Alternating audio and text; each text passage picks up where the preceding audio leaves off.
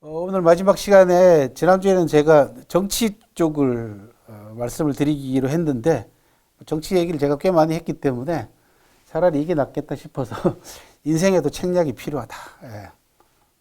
특히 요즘처럼 가짜 뉴스가 횡행하고 있고 오늘 뭐 한겨레 신문 보니까 가짜 뉴스의 진원지로 기독교 한 그룹이 지목이 돼서 아주 대대적으로 크게 보도가 됐습니다. 그래서 일반 백성들, 시민들로 살아가기가 굉장히 어려운 시대가 됐습니다. 가짜 뉴스도 상대해서 뭐가 옳은 뉴스인지도 가려내야 되고 또 올바른 여론을 어떤 방식으로 내가 수렴하고 받아들여서 내 인생뿐만 아니라 내 다음 세대들을 위해서라도 올바른 길이 무엇인가를 지도해주고 안내해주고 살아야 될 텐데 기성세대로서 그러기 위해서는 해야 될 몇 가지 사안들이 있습니다. 기본적으로. 그래서 가능하면은 좋은 책을 많이 읽으시라라고 하는 걸 권해드리고 싶고요. 또 하나는 이제 지식이 해방된 시대이다 보니까 어떤 지식을 내가 수용해가지고 받아들여서 어떻게 걸러서 내가 그 지식을 내 몸에 맞게 소화시킬 것인가라고 하는 선별 능력이 이제 필요합니다. 골라내는 능력이 필요하죠. 가짜 뉴스를 고르는 것도 마찬가지입니다. 그때 가장 필요한 기준이 뭐냐 그러면 상식입니다. 어떤 뉴스가 자극적인 뉴스가 왔을 때 과연 이게 상식이 미쳐와 가지고 이게 말이 되는 얘기냐 라는 거죠. 간단합니다. 여러분 어려울 거 없습니다. 뉴스를 신문에 기자가 뭐 기사를 썼는데 출처가 분명치 않다든지 예를 들어서 뭐 미국 국무부의 뭐 유력자가 뭐 이런 식으로 얘기를 한다든지 또는 뭐 불특정 다수를 정해놓고 여러 사람들이 이렇게 얘기한다든지 근거가 없는 것들이 있어요. 되게 이런 것들은 의심해 보시면 됩니다. 두 번째는 비교. 이 뉴스에 관해서 다른 사람들은 어떻게 반응을 하고 있고 또 거기에 대한 반론이나 또 올바른 바로 잡아주는 기사들이나 이런 부분들은 없는가 하는 거 비교입니다. 첫 번째 상식으로 납득이 안 갈 경우에는 의심을 해보고 그다음에 비교를 해보면 됩니다. 비교를 해서 지금까지 각자가 살아온 인생에 있어서의 나름대로의 가치 기준이 있을 거 아닙니까? 그런 걸 통해서 정확하게 올바른 뉴스들을 가려내는 옳고 그름을 가려내는 그런 지혜가 필요한데 많은 그 정력이 소모되는 게 아닙니다. 지금까지 살아온 방식, 인생 그대로 올바른 방식대로 상식대로 추정을 해보면 충분히 가려낼 수 있는 부분들입니다. 어떻게 된 일인지 우리 사회가 지금 다른 것도 아니고 한국을 이끌어가는 엘리트 집단이라고 얘기하는 이 기자들하고 싸워야 되는 국민들이 기자들하고 싸워야 되는 그런 시대가 돼 버렸습니다. 그리고 자질이 너무 많이 떨어져 가지고 뉴스의 질도 참 많이 떨어지고 보도해야 될 것은 보도하지 않고 보도 안 해도 되는 것들 그다음에 자기네 회사의 이익과 맞지 않는 것들 이런 부분들을 엉터리 뉴스들을 계속해서 만들어내고 있기 때문에 1, 2년 전에 자기네들이 했던 이야기조차도 뒤집어 버리고 있으니까 어제 한 이야기가 중요한 것이 아니라 오늘 내 이익과 부합되느냐 부합되지 않느냐로 결정을 하다 보니까 형편없는 저질의 뉴스들이 많이 양산되고 있습니다.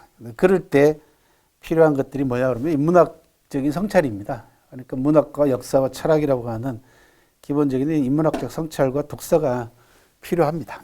자, 그래서 인생에도 책략이 필요하다. 책략이라는 게 나쁘게 얘기하면은 뭐 음모와 모략이 될 수 있겠습니다만 기본적으로 장기적으로 뭔가를 내다보고 준비하는 준비다라고 생각하시면 됩니다. 그러니까 늘 한국 사회가 지난 70년 동안 기득권 보수 세력들한테 휘둘렸던 가장 큰 이유 중에 하나가 뭐냐 그러면 소위 진보라고 얘기하고 좀 더 앞서간 인식을 가지고 있는 사람들이 이 도덕과 양심에 늘 걸리거든요. 진보가 위장 전입 한번 하면은 발칵 뒤집히고 난리가 나지 않습니까? 그죠? 장관 후보가 올라왔을 때. 그런데 보수 수구 기득권 세력들이 위장전이면 그냥 의뢰 그냥 원래 그런 놈들이지 하고 넘어간다는 얘기죠. 사실 진정한 보수만큼 도덕성을 따져야 되는 게 없지 않습니까? 진짜 보수라면 보수라는 게 그거 아닙니까? 보호할 보자에다가 지킬 숫자잖아요. 그죠? 가장 소중한 가치관을 보호하고 지키는 게 보수인데 우리는 보수하면은 전부 다 부패하고 타락하고 무능하고 이렇게 가버렸어요. 그러다 보니까 진보에게 너무 엄격한 잣대를 막 들이댑니다. 조금만 뭘 잘못하면은 마치 세상 큰일이라도 난 것처럼 이제 난리를 치는 그런 일들이 계속해서 반복되어 왔지 않습니까? 그럴 때마다 제가 옛날부터 했던 얘기 중에 하나가 뭐냐 그러면 진보도 전략과 전술이 필요하다. 왜? 빤히 그렇게 공격하는 거 알면서도 숱하게 당해 왔거든요. 그러려면은 치밀한 전략과 전술이 필요하다. 지난 10년 동안 한국 사회가 역사의 아주 냉엄한 규칙 하나가 얼마나 엄정한 규칙이 정확한가라는 걸 아주 실감했지 않습니까? 인류 역사를 쭉 훑어보기, 수천 년 역사를 훑어보게 되면은 이거 하나를 실감하게 됩니다.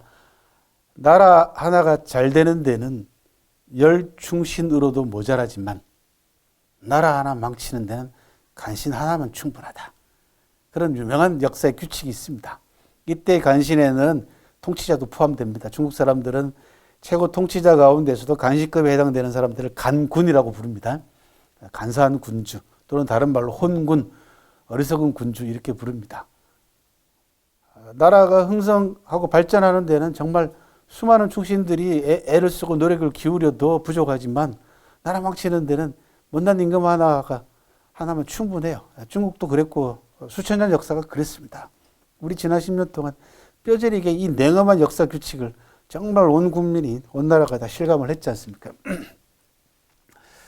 어느 때보다도 깨어있는 시민의식이 이제 필요한 때가 됐습니다. 그래서 오늘 이 시간에 마지막 시간에 저 얘기를 하고 온영투지 불능투력이다. 이게 누가 한 말이냐 그러면 유방이 한 말입니다. 유방이 항우하고 맞짱 이렇게 서로 사이를 어느 정도 거리를 두고 단판을 지은 적이 있어요. 항우는 전에도 그런 말씀 드렸는지 모르겠습니다만 항우는 젊습니다. 항우가 봉기에 나섰을 때 나이가 24살이었어요. 유방은 항우하고 24년 띠동갑입니다. 그러니까 아들뻘이라고. 물론 생물 연대에 대해서는 아직까지 논쟁이 있긴 합니다만은 대체로 20년 가까이 차이가 납니다. 어떤 설이 됐든 간에. 항우는 유방이 죽었다고 생각했는데도 불구하고 또 살아나고 하거든요. 유방이 굉장히 끈질겨요. 그러니까 굉장히 불쾌한 성격이 단순한 입장에서 놓고 보면은 유방이 굉장히 불쾌한 사람입니다. 왜냐면 아무리 때려도 안 죽거든요. 이게 거꾸라졌다고 생각되면은 또 어디서 깨어나가지고 또 덤벼들어요. 마치 고무허리 같아, 그죠? 그래서 항우가 사람을 보내가지고 단판을 제안을 합니다. 둘이 만나요. 둘이 만났더니 우리 그러지 말고 우리 두 사람이 맞짱 떠서 해결하자. 그렇게 얘기를 합니다. 다른 사람 다 힘들게 하지 말고 사람도 많이 죽고 하니까 그냥 이 자리에서 맞짱 떠서 승부를 가르자. 이렇게 얘기를 해요. 그랬더니 유방이 싱글싱글 웃으면서 뭐라고 얘기하냐면 야 임마 나는 지혜로 싸울지언정 힘으로는 안 싸워 임마. 그렇게 얘기를 하는 겁니다. 지금 이게. 영자는 차라리 그런 뜻입니다. 그러니까 나는 지혜로 이게 싸울 투자잖아요. 그죠? 나는 차라리 머리로 싸울지언정 힘으로는 싸우지 않는다 임마. 무식한 놈 하고 또 약을 바짝 올립니다. 그랬더니 항우가 이 가슴팍에다가 쇠내라 그러죠. 그죠? 이 근거리에서 쏘는 활이 있어요. 석궁. 요즘으로 얘기하면 그걸 꺼내가지고 유방한테 쏴버립니다. 그게 유방 가슴에 가서 맞아요. 맞는 순간 유방이 항우가 어디 맞았는지 확인할 틈도 주지 않고 몸을 구부리면서 발가락을 만지면서 아이 X 같은 놈. 거기는 도적놈이라고 나와요. 우리로 해석을 하면. 그러니까 전라도 사투리를 하면 이런 연병할 놈. 그런 뜻이에요. 이런 죽일 놈. 욕을 하면서 이런 XX 새끼. 그러면서 쏠라면 잘 쏘지 해필이면 발가락을 맞추냐. 그렇게 얘기를 해요. 상대편이 항우가 쐈단 말이에요. 근데 가슴팍에 맞았어요. 근데 상대편이 날아오는 시간과 이런 걸 따져봐가지고 저게 어디 가서 맞았는지 감은 있지만 정확하게 모르잖아요. 그러니까 맞자마자 잽싸게 몸을 수그려가지고 발가락을 만지면서 아 이런 연병할 놈 쏠라면 잘 쏘지 해피려면 발가락을 맞추냐? 그러고 싹 돌아와가지고 자기 진영으로 말 타고 돌아와 버린 거예요. 그러니까 항우가 발가락에 맞췄다니까 딴 데 맞은 것 같은데 저게 발가락에 맞았다는 거 아니에요. 그러니까 긴가민가 한단 말이에요. 유방이 돌아와가지고 끙끙끙 앓아서 누웠죠. 그랬더니 장량이 일어나십시오. 왜? 일어나서 말 타고 갑옷 입고 말 타고 한 바퀴 군영을 돌아라. 이렇게 얘기를 해요. 이런 게 책략입니다. 다른 게 아니고 왜 그러냐?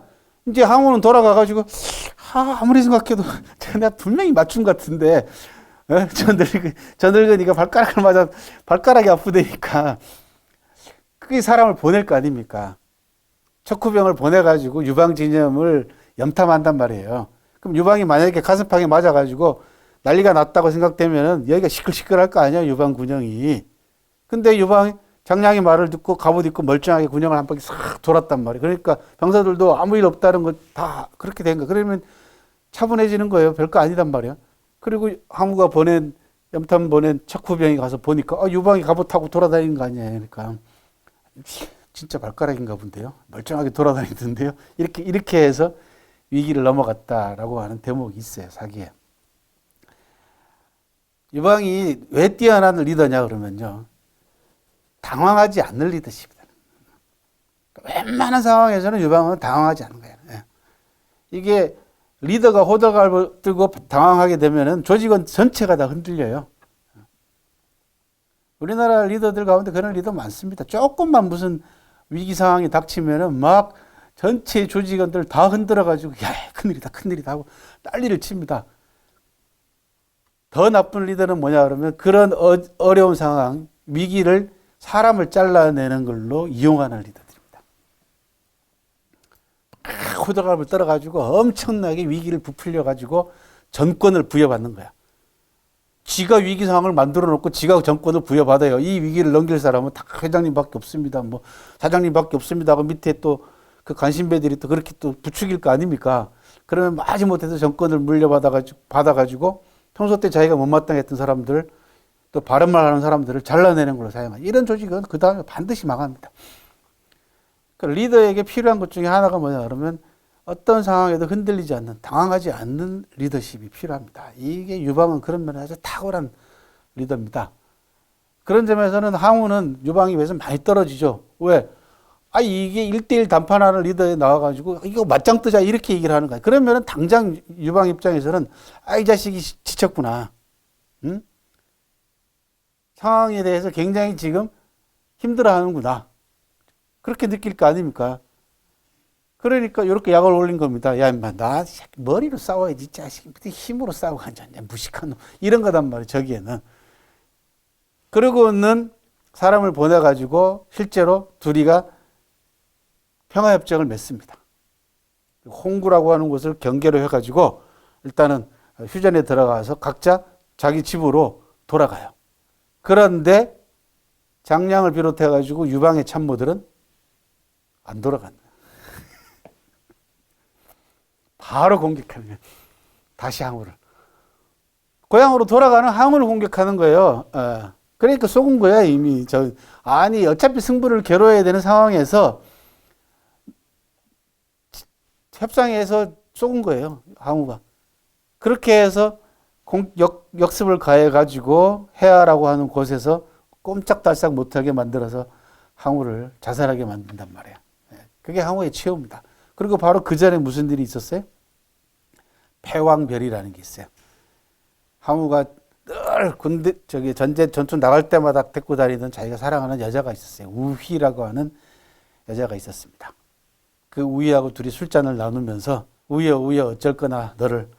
그러고는 둘이가 술 먹고 노래 한 곡 부르고 자기는 단기 필마로 탈출을 합니다. 탈출하다 결국은 추격을 따돌리지 못하고 다 전사하고 난 다음에 혼자 남아서 자기 스스로 하늘을 원망하면서 항우가 목을 그어서 스스로 자결하는 걸로 끝납니다. 그 우희하고 술잔을 나눌 무렵에 나왔던 유명한 사자성어가 사면초가예요. 사방에서 초나라 노래가 들리는 거단 말이에요. 그게 누구 전략이냐? 그냥 장량 전략입니다. 항우도 초나라 사람이고 유방도 초나라 사람인데 거리가 꽤 많이 떨어져 있어요. 같은 초나라인데 유방은 저 북쪽이고 항우는 남쪽이에요. 그러니까 정서가 굉장히 달라요. 그래서 장량 입장에서는 항우 고향에 전해져 내려오는 노래를 부르게 한 겁니다. 병사들을. 왜 항복한 병사들이 많으니까 항우 진영에서 야 니네 동네에서 제일 사람들 마음을 울리는 노래가 뭐냐? 라고 물어봤을 거 아니에요. 그죠? 그래서 노래를 부르게 한 겁니다. 그랬더니 항우는 야 벌써 유방이 다 점령해버리고 접수했단 말이냐? 더 이상 이제 가망이 없어 보인다. 그러고는 단기 필마로 포위망을 해치고 나가다가 결국은 나중에 더 이상 가지 못하고 자기 스스로 목숨을 끊는데 목숨을 끊으면서도 뭐라고 하냐 그러면 이건 내가 싸움을 못해서 그런 게 아니라 하늘이 나를 아예 망하려고 작정해서 그런 거다. 라고 하늘 탓을 2번이나 합니다. 그러니까 이 두 사람은 항우하고 유방은 역사상 수천 년 동안 리더십의 문제, 그 다음에 인재의 문제, 그 다음에 리더의 자질 문제 이런 부분들에 대해서 아주 많은 영감을 주는 아주 대표적인 역사적인 사례 가운데 하나고 흥미로운 건 뭐냐 그러면 이 항우하고 유방의 경과와 과정과 결과가 2000년 뒤에 그대로 반복이 됐습니다. 그게 중국 현대사를 바꿔놓는 모택동과 장개석이에요. 똑같아요. 장개석이 절대적으로 우위였거든요. 여기는 항우가 절대적으로 우위였거든요. 끊임없이 모택동 도망 다니지 않습니까? 유방 끊임없이 도망 다녔어요. 그리고 결국은 막판에 가서 역전패, 역전시키는 거죠. 그죠? 그때 중요한 게 뭐냐 그러면 2000년 전에도 유방이 관중 지역의 백성들의 민심을 얻었다는 겁니다. 관중에 들어가가지고 진나라를 멸망시킨 다음에 유방이 관중에 들어가서 오피니언 리더들을 모아놓고 그걸 부로라고 합니다. 아비부자에다가 늙을로자를 쓰면은 나이가 좀 있는 사람으로서 주변에 여론을 형성할 수 있는 중요한 인물들을 부로라고 해요. 이 부로들을 모아놓고 중국 역사상 최고 권력자가 처음이자 마지막 공약을 발표합니다. 이 약법 3장이라고 하는 공약이에요. 진나라가 하도 법이 가혹하고 하니까 백성들이 늘 그 법 때문에 시달렸잖아요. 그래서 백성들의 민심이 어디가 있는가, 인심이 어디가 있는가를 정확하게 유방은 파악합니다. 그래서 부로들을 모아놓고 진나라 법을 모두 내가 폐지시키겠다. 3조항만 남겨놓고. 그 약법 3장입니다. 법을 3조항으로 줄이겠다라고 하는 최고 권력자가 처음이자 마지막이에요. 그 이후로는 그런 거 공약 발표한 권력자 없습니다. 상화천사기에 뭐라고 기록이 되어 있냐 그러면 관중 지역의 백성들이 행여나 유방이 왕이 되지 못하면 어쩔까 걱정했다라고 되어 있습니다. 모택동도 끊임없이 장개석한테 쫓겨다니면서 점조직으로 시골로 농촌으로 파고 들어가가지고 농촌 사람들을 교화시키고 농촌 사람들의 사고방식을 바꾸고 해서 특히 2000년 넘는 세월 동안 중국이 봉건 체제 하에서 가장 고통을 받은 사람들이 여성들이잖아요. 중국 공산당 혁명사에 있어서 여성들 역할은 정말 절대적입니다. 모든 연락망 이런 부분들을 전부 다 여자들이 다 담당하는 겁니다. 모택동이 남긴 유명한 말 있잖아요. 세상의 절반은 여자다.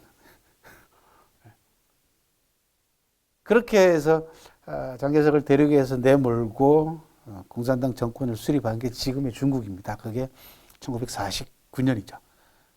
그래서 여러분들이 역사 공부를 하다 보면은 흥미롭게도 똑같이 비슷한 역사 사건이 시간차를 두고 반복되는 경우가 있습니다. 칼 막스는 뭐라고 얘기했냐 그러면 중요한 역사적 사건은 2번 반복된다. 한 번은 비극으로, 한 번은 희극으로 라는 유명한 말을 남기기도 했는데요. 어느 쪽이 비극이고 어느 쪽이 희극인지 모르겠습니다만은 이긴 쪽이 희극이고 진 쪽이 비극이겠죠. 그죠? 우리가 인생을 살아나가는 데 있어서 여러 가지 자기 인생의 좌표가 있고 철학이 있고 원칙이 있을 겁니다. 그 많은 원칙 가운데에서 자기 자신의 원칙을 수립하는데 가장 중요하게 작용하는 요소 가운데 하나는 관계입니다. 그죠? 인간관계잖아요. 사람하고 접촉하고 사람하고 요즘 뭐 소위 얘기하는 네트워크를 구성하고 살다 보니까 내가 어떤 사람하고 관계하고 있으며 또 어떤 그룹하고 관계하고 있는가에 따라서 나의 삶의 원칙이나 삶의 방식이나 또는 내가 살아나가는 데 있어서 인생의 책략 같은 것이 달라질 수밖에 없겠죠. 그죠? 그러다 보니까 사마천은 자기 곳곳에서 세상을 살아나가는 데 있어서 올바른 방향으로 살아나갈 것을 굉장히 많이 권하고 있어요. 그 가운데 하나가 이겁니다. 백리불판초요, 천리불판적이다. 속담에 백리 밖에 나가서는 뗄나무를 팔지 말고 천리 밖에 나가서는 곡식을 팔지 마라 라는 속담이 있답니다. 무슨 뜻 같습니까 저게? 백리 밖에 나가서는 뗄나무를 팔지 말고 천리 밖에 나가서는 곡식을 팔지 말라.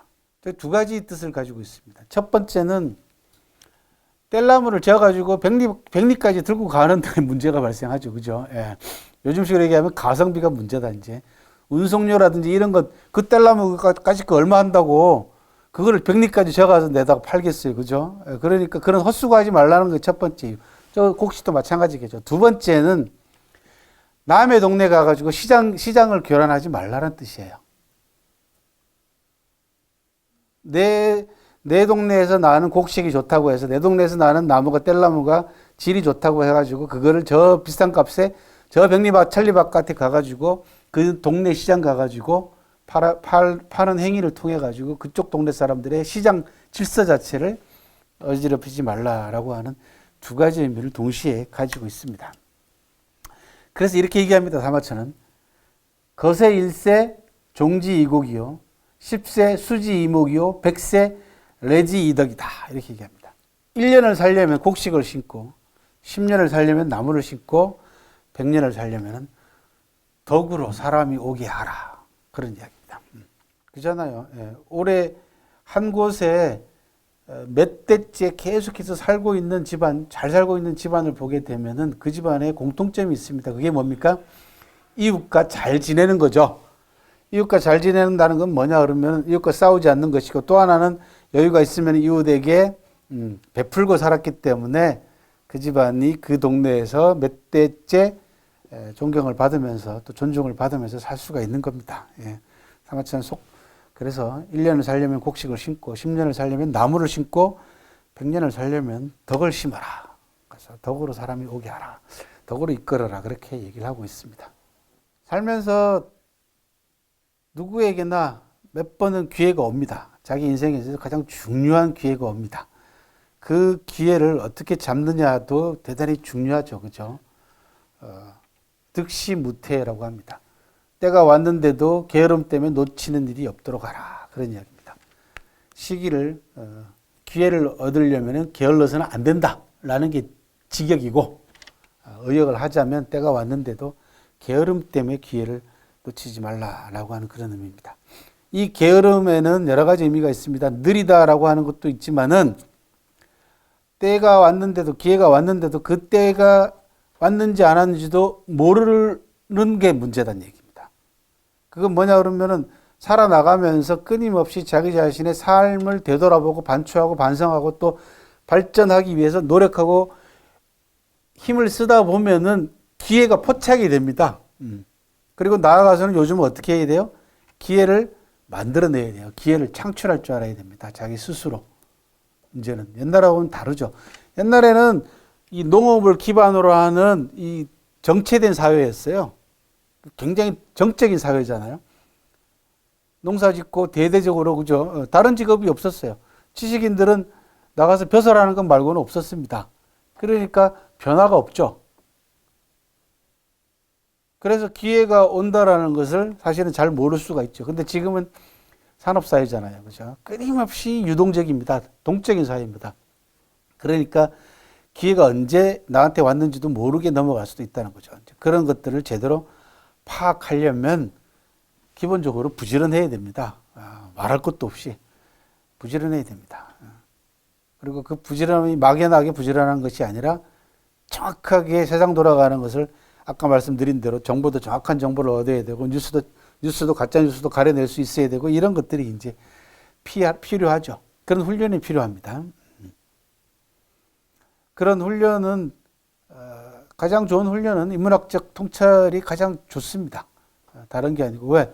사람이 살아나가는 삶을 유추해보는, 반추해보는 역사가 필요하고, 두 번째, 그 역사를 통해 가지고 내가 어떻게 살 것인가 하는 철학적 성찰이 필요하죠. 그죠? 세 번째는 그걸 말이나 글로 표현하는 문학적 기법이 필요한 겁니다.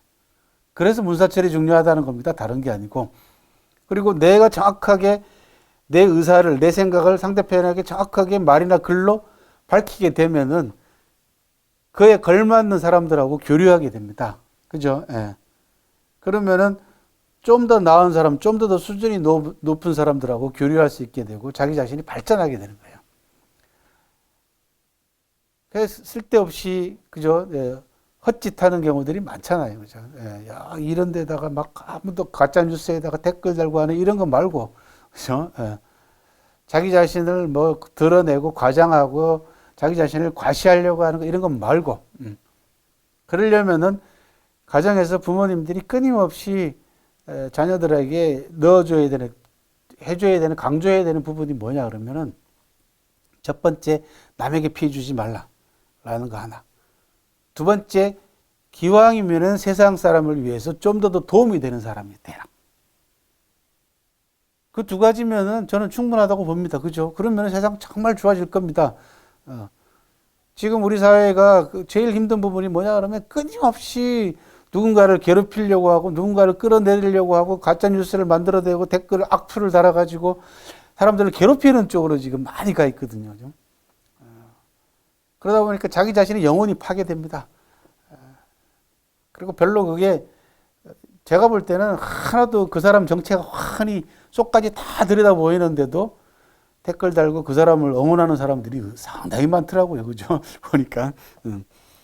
인생에 있어서 기회가 왔을 때 이 기회를 잡고 그 다음에 중요한 어떤 일이 있었을 때 이 일에 대해서 내가 어떤 결정을 내릴 것인가 라는 결단이 굉장히 중요합니다.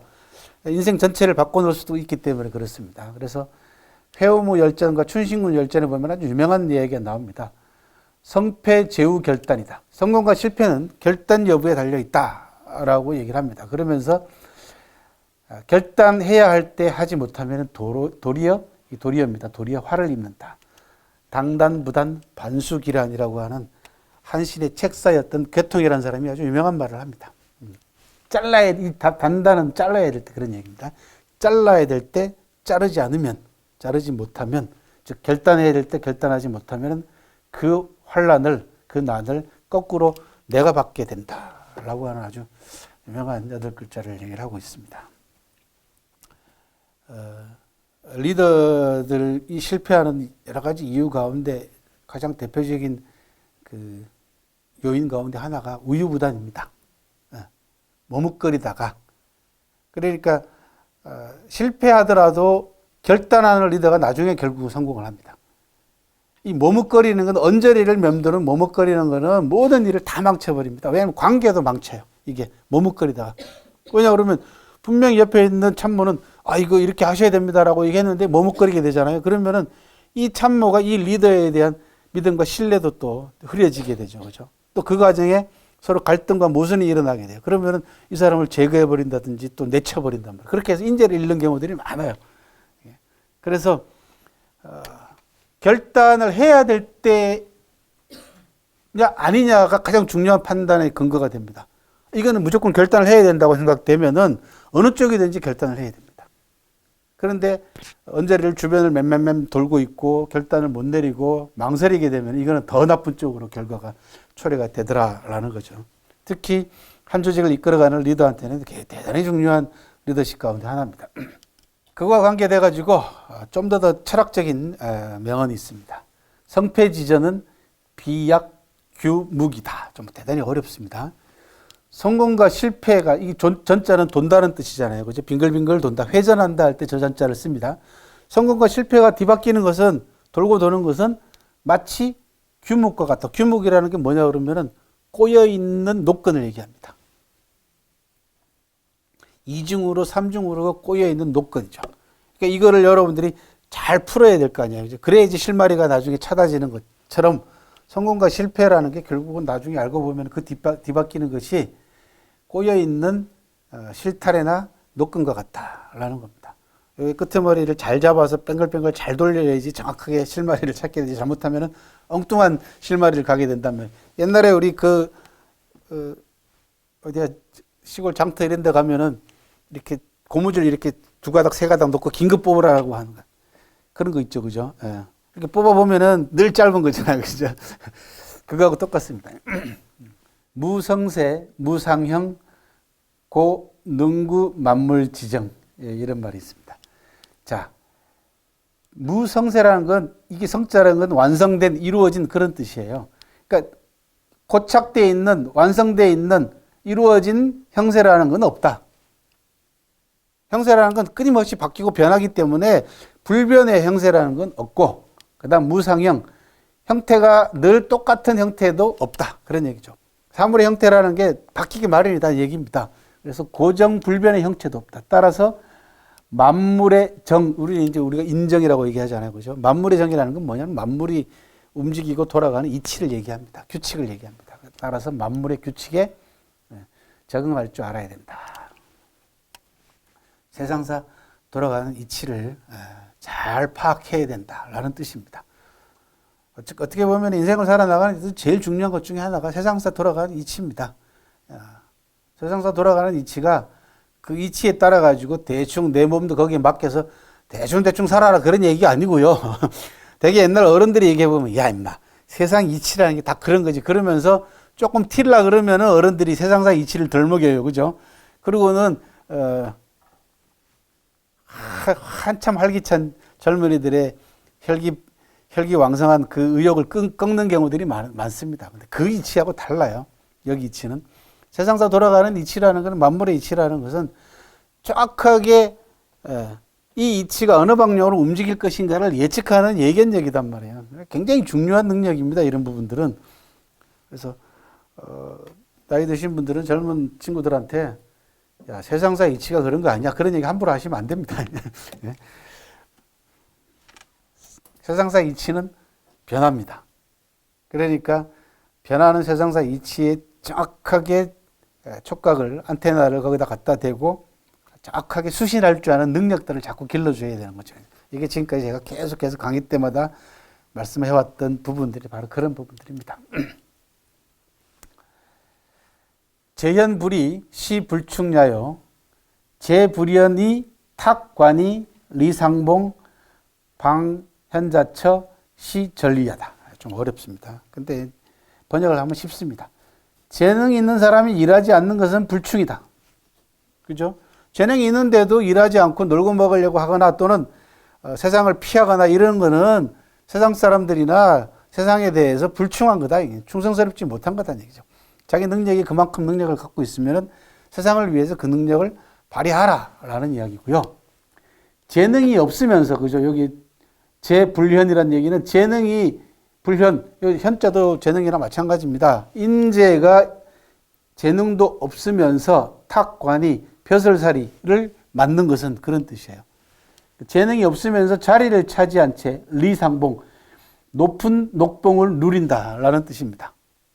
그러니까 연봉 많이 해, 재능, 능력도 없으면서 높은 자리 차지해서 돈 많이 받고 그러면서 누리고 재능이 있는 저 현자처, 재능이 있는 사람이 나오려고 하는 것을 방해하는 거야.